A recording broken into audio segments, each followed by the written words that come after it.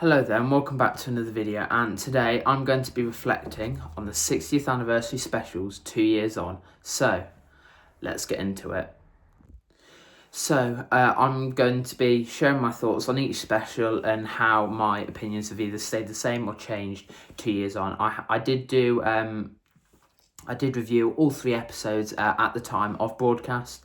It's weird to think that was 2 years ago now. A lot has changed, like in the world and for me personally. And yeah, it's weird to think that at one time David Tennant was the 14th Doctor. So yeah, let's get on to the Star Beast. So, what did I think of the Star Beast? I love this one. This is probably my favourite out of the 3. This very much sort of felt like series 4 of Doctor Who. I thought sort of the way the Doctor and Donna interacted was great. Don't get me wrong, it's not a perfect episode, but I'll get onto that in a minute. I loved how, just for like a bit, David Tennant was just, the 14th Doctor was just enjoying being him, like not having like any bother. Obviously, he didn't know why his face came back, but you really felt he was having a good time. And even though it's just 2 years ago, that sort of time period feels very, very sort of nostalgic to me. Like, a lot of things happened in like a very short space of time. Like, I was starting college, and there was like 3 new episodes of the 60th anniversary. You had Once and Future as well. A lot of things sort of like happened in like a very like 2 or 3 months. Yeah, a lot of things happened, and that sort of time feels like very, very nostalgic and very sort of like manic. And I was like, I can't believe that happened in all the space, like that short amount of time. But yeah, I think that's the reason why I love this episode so much. And obviously it'd been about a 13-month wait between Power of the Doctor and the Star Beast. One thing that I didn't like about this episode is probably the sort of using the sonic screwdriver to create those like wall force field things. I didn't like it mainly because we'd never seen the Sonic do that before, and we haven't seen it since, and we probably won't again. And I just thought, what was the point in that? Yeah, it just didn't. They could have probably thought of something else. I loved how there was a bit of comedy in it, very sort of like Doctor and Donna comedy. Loved that. Another thing I didn't like, the opening monologue. It's okay. I liked how it was flashing like between the two, but just having David Tennant suspended in sort of like space or something. They could have just put him in the TARDIS, or like maybe like just walking through, just have him say walking through Camden. Yeah, that still bugs me now. Like, I get that Disney Plus added it, but even Rachel Talalay, I think you say her last name, even she said she didn't direct that part. That was filmed way after they wrapped filming. So I don't know. Yeah, I don't really like that bit. I think that probably annoys me the most. Also as well, the how she like just let go of the meta crisis thing.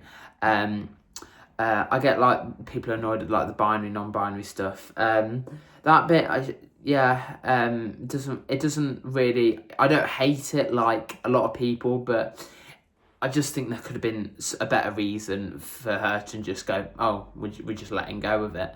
Like, it seems like, well, why in 2008 didn't you just like wake up and go, oh, I'm letting it go? Yeah, it just seems a bit of like a cop out after like a 15 year wait. Yeah, that's probably the only bit that annoyed me. I loved Miriam Margolyes as the Meep. I thought she was really great. Like the switch between sort of all nice and innocent, and then like when she just switches to like a killing machine and like evil. Love that bit. Love the involvement of Unit and Ruth Medley, I think her name is. Loved her. Loved her as like the unit scientific advisor. Her and the Doctor had such like a great chemistry. I thought that was great. But yeah, also as well, Rose Noble, I thought she was great in this. Yasmin Finney, I think her name is. Yeah, I think she's a great actress. Loved her in this. I thought her and Catherine Tate sort of like, I loved their scenes together. They very much felt like sort of mother and daughter, which I really liked. Now on to Wild Blue Yonder. I think this would have been an amazing episode if they hadn't kept everything secret.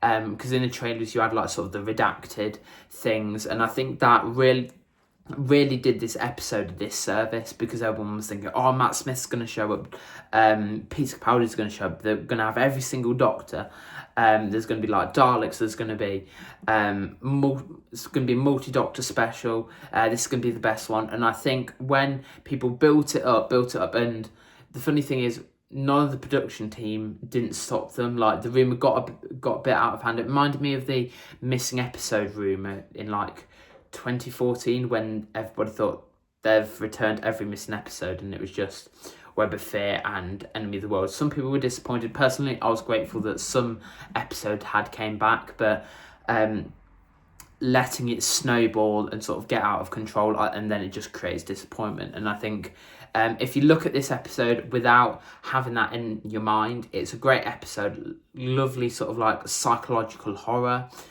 where like the Not things, I think they're called, really get into Donna's mind, and they're like, why would anybody like you? I think those sort of bits are great, very sort of like Exorcist, that type of thing.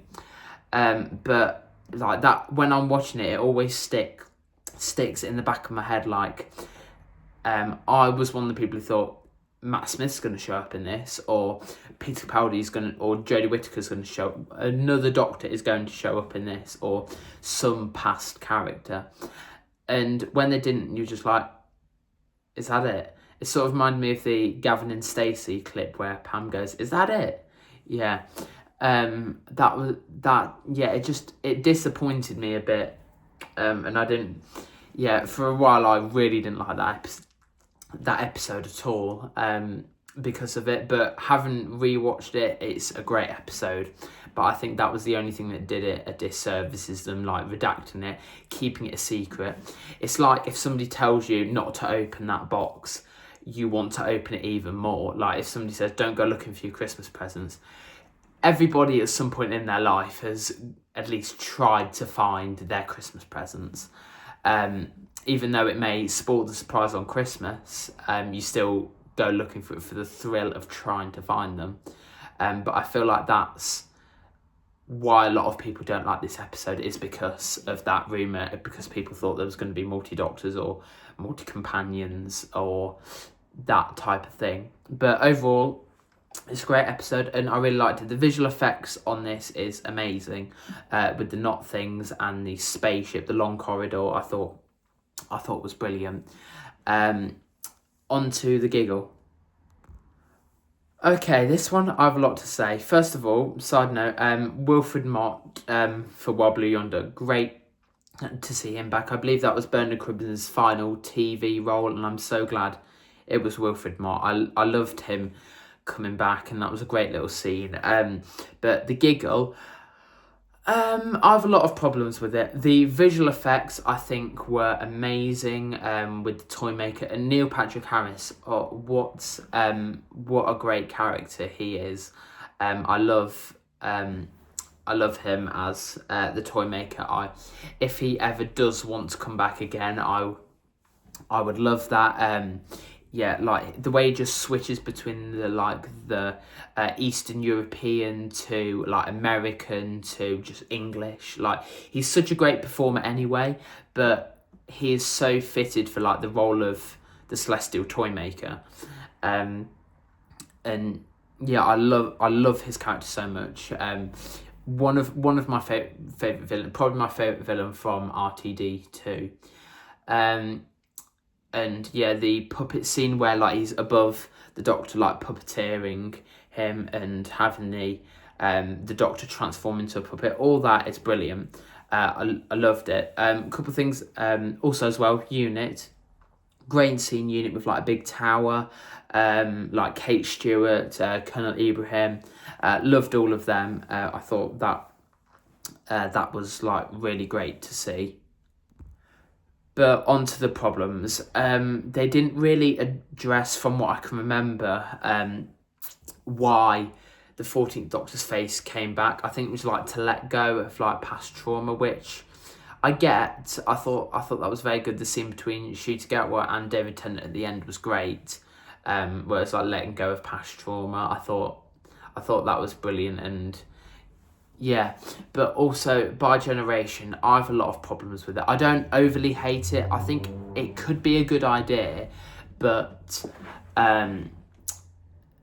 it has like a lot of flaws, and I think they didn't really write it as well as they could have.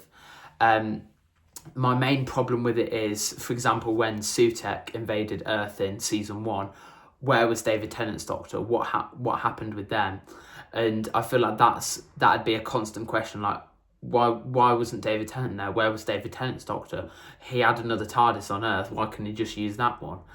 And yeah, there's a lot of problems, and I think they should have maybe came up with a way to maybe like make David Tennant's Doctor not able to do anything, or make him like half human or something. I hope that in the 2026 Christmas special they sort of like David Tennant's Doctor and if Ncuti Gatwa comes back, they come back together, and to or like Billie Piper's Doctor, they come together to form the 16th Doctor. So Billie Piper's sort of like a halfway there Doctor type thing. Sort of like 15.5. But yeah, and it didn't take until season 2 to explain By Generation, and it was like it was just to throw a line. Like, it was something that big of a concept should have been explained. It was sort of like life finding a way to like procreate, or like repopulate Time Lords or something, because they're not born, they're grown. So that I think it should have been explained a bit more, and I would have liked to have seen a more substantial reason for like why David Tennant's face came back. Everybody thought it was going to be something to do with like the Toymaker, like puppeteering, like the events of Power of the Doctor or something like that, and they were waiting for 15, like 15 was trapped in like the Edge or somewhere. That's why everyone thought like the cloudy bit was, not the unit helipad. But that's probably the main reason I have, like, the main problem I have with the giggle is David Tennant's Doctor still sticking around. I love David Tennant. I think he's a great one of my favourite actors, probably my favourite Doctor, but with him stuck on Earth, it just raises the question, like, oh, where was he then? Why couldn't he use that TARDIS? Like, you can point flaws in every Earthbound story since the giggle, because David Tennant wasn't in it, and I think that was the main problem for this story, and I think that was the main flaw of RTD2's era. Don't get me wrong, I loved the episodes in season 1 and 2. I thought they were great. Obviously some were better than others, but I enjoyed it more than the average person. But yeah, overall, I think a solid episodes. I don't think they're the best episodes ever of Doctor Who or of television, but I think they're a good set of episodes that really do celebrate the show's past, present, and future. But yeah, I loved this, like the 60th anniversary, and just that time in general. It wasn't as big as the 50th, but I don't think you can expect that, because 60 is not as big as 50, but it was a good time to be a Doctor Who fan, I thought. And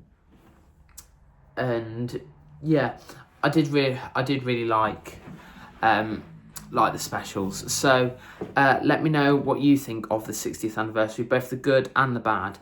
Let me know all that in the comment section down below, and hit the like button and subscribe, and I'll see you in the next video. Bye.